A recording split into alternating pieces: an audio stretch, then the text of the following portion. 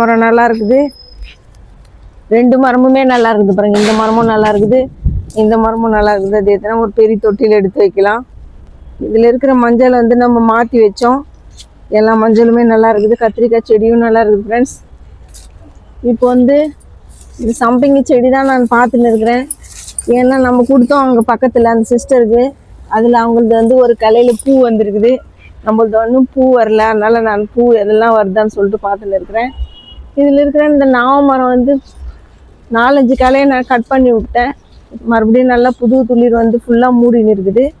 நேற்று வந்து ஒரு பூ பூத்து இருந்துச்சு ஃப்ரெண்ட்ஸ், நம்மளது நாட்டு செம்பருத்தி செடியில். இன்றைக்கி எதுவும் பூவெல்லாம் இல்லை. மல்லிகைப்பூ செடியும் நல்லா இருக்குது. இந்த மேலே இருக்கிற மல்லிகைப்பூ செடியில் வந்து எல்லா கலையிலையுமே அரும்பு வந்துருக்குது. எல்லா ஒரு கலையிலையும் பாருங்கள், எத்தனை பக்க கிளைகள் வந்து எல்லாத்துலேயுமே அரும்பு வச்சுருக்குது. பூ பூத்துச்சுன்னா நல்லாயிருக்கும் அழகாக. மழை வரணும், மழை வந்தால் தான்.